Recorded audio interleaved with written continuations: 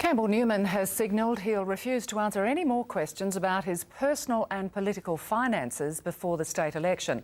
He's faced queries about how much of the money raised for his campaigns as Lord Mayor was kept by the man gathering it. For much of the time Campbell Newman was Lord Mayor of Brisbane, Greg Bowden was the man who pulled together money to fund his election campaigns.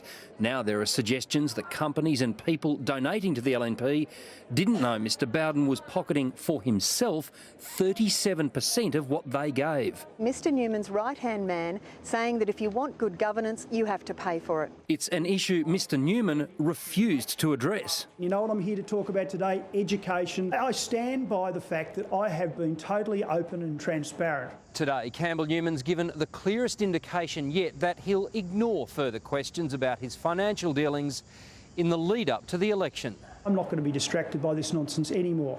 Are there any more? I'm going to wind this up. If people don't have questions about education.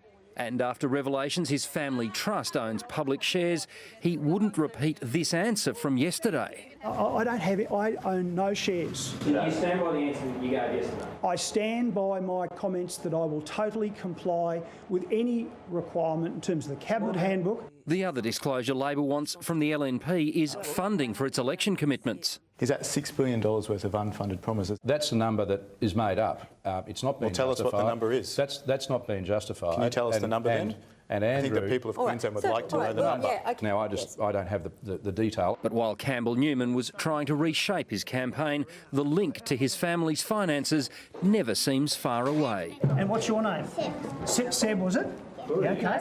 The same as Mr Newman's brother-in-law. Jeff Bruce, 7 News.